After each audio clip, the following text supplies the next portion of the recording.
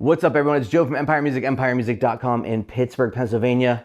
One of my favorite things to do is highlight guitars that have a really huge historical significance to the music that we listen to today. And I'm really excited to show you this Gibson Custom Shop 1942 Southern Jumbo. You know, in the 20s, Gibson was making the L5. In 31, the LOO comes out. In 35, the Super 400 comes out. 37, the SJ200 comes out. You can see how artists are changing, music is changing just through that timeline, right? But then in 1942, Gibson hits Pay Dirt. They introduced two of the most historically important acoustic guitars ever designed, the J45 and what they called at the time, the Southerner Jumbo, now affectionately known as the Southern Jumbo. Check it out at empiremusic.com. This is a Custom Shop 1942 Southern Jumbo from Gibson.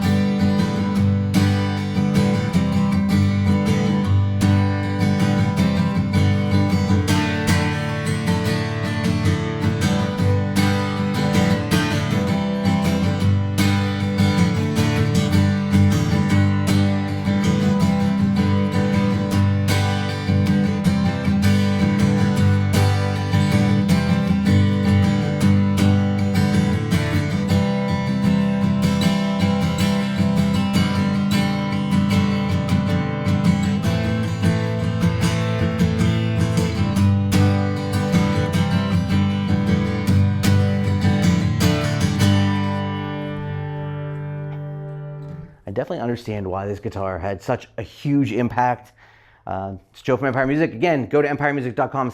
Entire collection, massive collection of Gibson guitars, acoustic, electric, custom shop, of course. You know, we always do a full professional setup, dialing every guitar in, making sure it's the best to its ability. I always say, how would the factory hand it to a touring artist at the factory? That's how we're gonna send it to you. We always take your trades. You can hit up the trade-in portal right at empiremusic.com. And you know we carry only a handful of brands. We carry them super deep so we can give you the best insight into these guitars. It's just so fun. Like, my favorite part of being around all these guitars is, as Empire has evolved and as the guitar market has evolved, is these special models that harken back to why we play guitar today. I mean, if you think about Gibson in 1942 introducing the J45 and, as I said in the intro, the Southerner Jumbo, meant to be a more like a more bougie version of the J45, right? It's just like it's meant to be a little bit more fancy, with fancier inlays, of course. It's got rosewood back and sides. It's like an upgrade in the trim level from Gibson. But the big story is it's a J45 body shape, so slope shoulder dreadnought, and it's rosewood back and sides, which, if you think of Gibson as a whole, to me, most of the time I think of Gibson, I'm thinking mahogany and maple. I think SJ200s in maple, J45s in mahogany, LOOs, LG2s, like a lot of mahogany guitars, some maple sprinkled in. But what's really fun about this instrument is Gibson really walks this narrow line that that is, I like when brands do. You know, they keep their sound. Like, to me, this sounds very much like a Gibson. And as soon as you strum it, like, okay, this is a Gibson guitar. And the Rosewood just adds a little different focus of the tone with the extra bass, the extra treble, those scooped out mids. And you can see why, like, a singer-songwriter would love it, why a bluegrass player would like it. Anyone who's recording this guitar, it's got a ton of power. If you're playing it live, unplugged, a ton of power, a lot of dynamic range, so you can really impact the guitar. Nuts and bolts wise, we'll get into it real quick. So it's a thermally aged, torrefied, red spruce top Adirondack with the same thing in the braces, and they're all hand carved Adirondack bracing. Okay, red spruce. Super powerful. I can't say this enough. Super, super powerful. It's a 24 3/4 inch scale with a 1.77 inch nut width, a full C. Just a beautiful guitar, thin lacquer finish. And when you feel these guitars, I think something that you see in these Gibson guitars and you see them in the authentic Martin guitars, with that thin finish, lightweight, crazy responsive.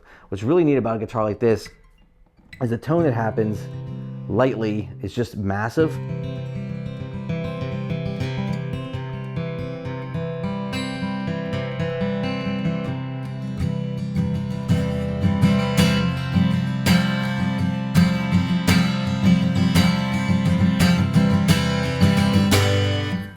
huge headroom tone the whole time. There's never a point where this guitar sounds thin. It's just like, it's got that very woody Gibson sound, which is incredibly relevant the second you touch it, and the thing is just moving like crazy. It creates so much momentum. The red spruce braces are so, I would say that's like the trampoline for the top. That is making your top project at an incredible rate. When you have a great skeleton in the bracing, you have great tone woods, and you know, they hand carve all this bracing to, you know, make it perform to the top's best ability. And you can feel that because when you strum through the guitar, it's, for Rosewood, it's very even, and it's not as dramatically extra bassy and extra trebly as sometimes you get, where those mids disappear totally and you end up with slosh. Here,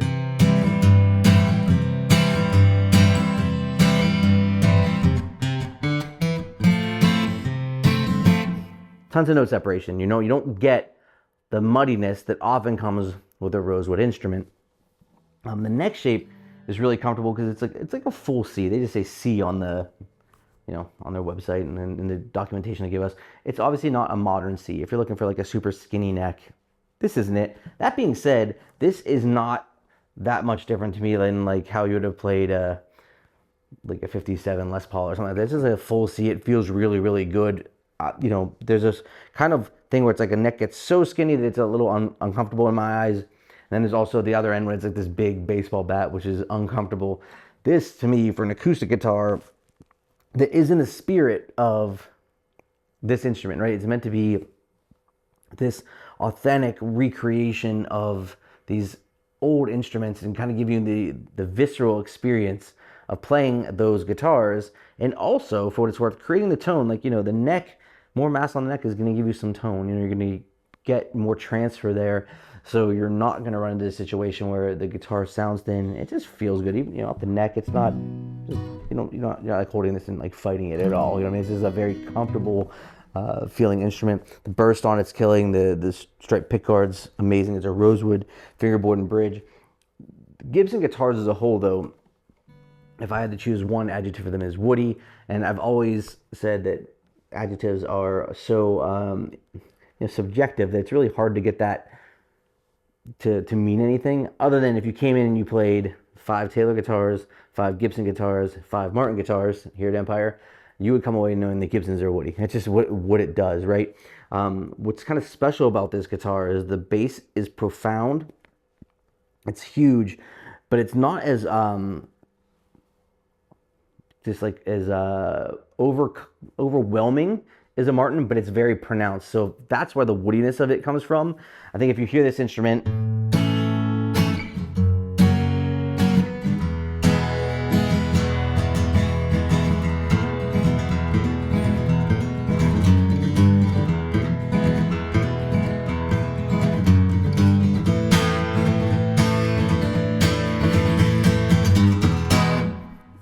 man, that bottom end is killing. And it's just like, if you were singing with this guitar, it's got a lot of output, of course, but it gives you a nice bookend on that bass, where your voice is going to sit in between that bass frequency and the treble. So you're not going to run into a situation where you don't feel like you have enough bottom end. I don't think that's the case. I think this guitar stays within Gibson's classic sound profile while elevating that bass response, and also you're getting that top end kind of sparkle that you want out of a Rosewood guitar. You kind of want that glassiness that happens.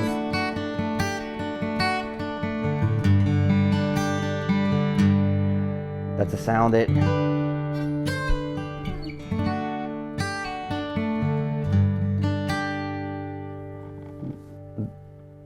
lot of sustain. And if you hear that guitar, you'll hear this guitar, and the notes are ringing. I always say a sound of a great guitar, and I've probably said this in more videos than anybody cares to want. Go to your local elementary school, go plunk down a note on the piano, a bass note, and listen to it as you hold it, and it's going to go, and it's because it's not dissipating evenly, and that's where you get this weird warble, and it sounds all out of tune. A guitar that's well done will give you this tone, and it just beautifully dissipates evenly. And not that you strum the guitar and stare at it for 30 seconds and listen to it ring. But when you're picking out individual notes,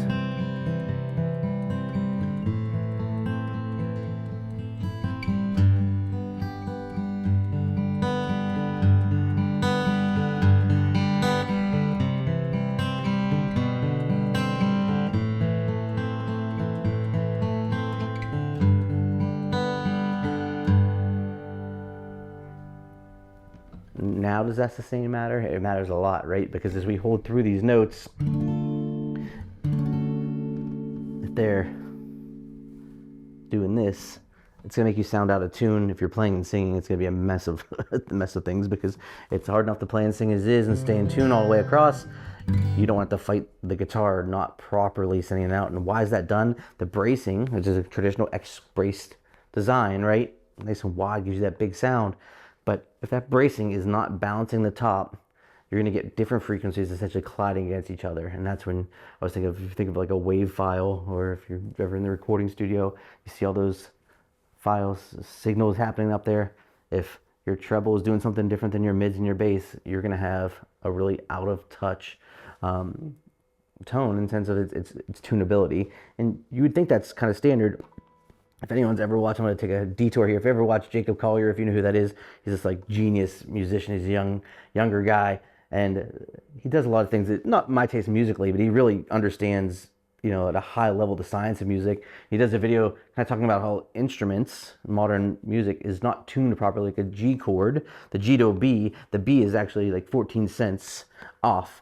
And he can sing it right and play it on the piano and how it is. And it's like, man, that's we have all these obstacles to overcome in just how the guitars and musical pianos are designed. So working within that, having an instrument that doesn't function at a high level can add a lot of extra stress. And obviously a premium instrument like this, we expect it to, but you don't always get that, you know. And it's just like, this really, really delivers the experience top end.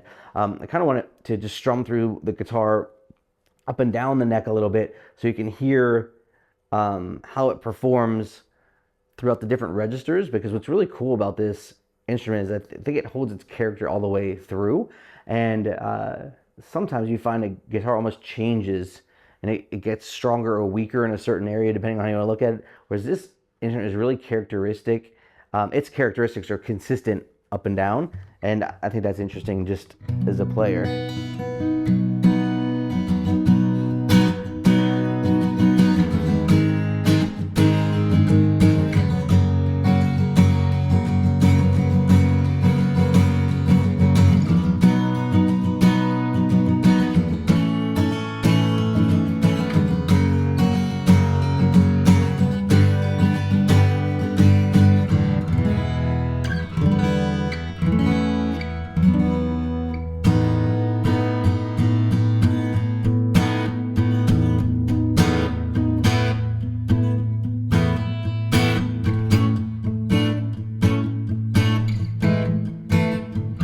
Percussiveness is always there. It's got that natural woody tone, and it's just like, no matter where you try to play the guitar,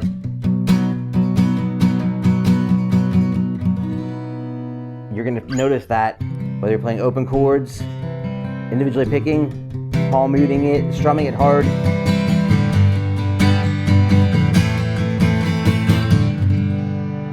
it's got that characteristic to it. So the buyer and the player that wants this instrument loves that characteristic of Gibson guitars and says, man, I wish I had a little bit more bottom end. I wish I had a little bit more top end sparkle than a J45 will give me. J45 is going to be super balanced top to bottom.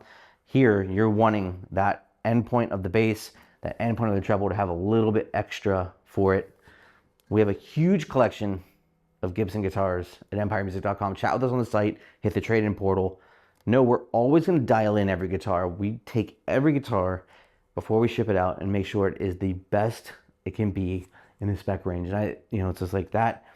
We take a ton of pride in that. And it's just like, if you have questions about that, we're happy at the shop to talk to you and explain how we're going to make this instrument perform at its peak. And I think there's a difference between saying out a great guitar and one that is maximized, right? The maximized guitar is what we're going to send out to you. We're going to make sure everything is in line, everything is expertly done. And then we're going to be able to frame it for you, because we have a great selection of these guitars. So if you want to compare this to a Banner 42 J45, no problem. We've got it. If you Have questions about these versus production guitars, we got you covered. We can take care of you across the board. We love Gibson acoustic guitars because they give us this reference point into the past, and this is one of the most recorded guitars of all time. It's the Gibson Custom 1942 Southern Jumbo here at Empire Music and EmpireMusic.com. If you haven't subscribed to our channel, please do. If you have any questions, again, hit us up at the shop, and we'll talk to you all things Gibsons. Thanks for watching.